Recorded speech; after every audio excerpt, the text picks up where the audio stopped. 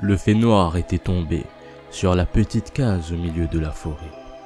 Rosanel était déjà dans son lit en train de dormir, quand soudain, un bruit retentit. Le cri s'arrêta, puis reprit. Rosanel dormait et n'avait rien entendu. Une chance pour elle que la porte était bien fermée, car derrière celle-ci se trouvait Grand-mère Cal.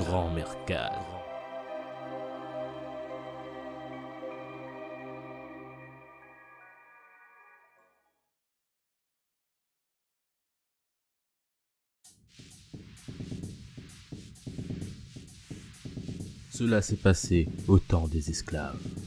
Il y avait une grande plantation, possédée par une vieille et méchante femme. Au lieu de bien les traiter, elle les punissait pour rien, les fouettait et les forçait à travailler à la limite de leur force. Ils faisaient pitié à voir, car ils étaient bien malheureux.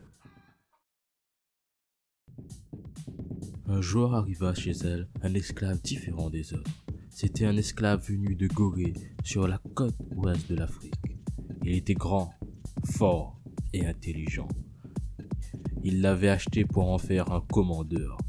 Comme ça, il materait les plus fortes têtes. Mafat, c'était son nom. Celui-ci vit comment elle traitait les esclaves et ne put le supporter. Alors un jour, il s'en alla marron dans la forêt. Il marcha plusieurs fois et plusieurs nuits. Enfin, il arriva à une grande vallée où coulait une rivière. Il l'avait remontée, glissant maintes fois sur les galets. Des tamarins centenaires offraient leur ombrage protecteur. La rivière débordait de crevettes, de camarons et de poissons. De grands arbres se penchaient et offraient leurs fruits. Quand il vit ceci, il se dit « C'est un endroit merveilleux. Comme ce serait bon d'y vivre.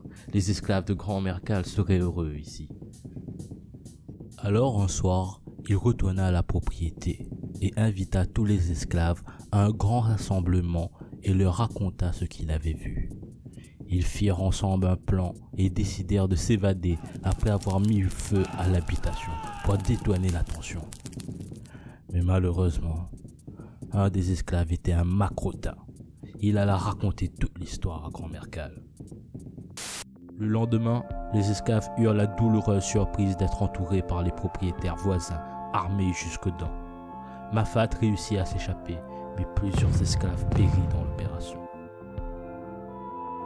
Alors Mafat se mit en colère. Il connaissait les plantes. Il cueillit des herbes et fit une mixture pour la faire boire à Grand-mère Cal. Ce fut une de ses esclaves qui lui servit. Aussitôt, dans un cri de douleur, la femme se transforma en un grand oiseau, couleur de nuit, et s'enfuit vers la forêt en hurlant côte. Tout. C'est ainsi qu'elle eut pour punition de venir prévenir les familles qu'un malheur allait s'abattre sur elles. Aujourd'hui, Grand-mère Cal hante toujours la population pour annoncer les malheurs et se nourrir des enfants. La chose que vous pouvez faire si par malheur vous la trouviez, c'est de fuir. Sauf s'il vous a pas déjà trouvé avant.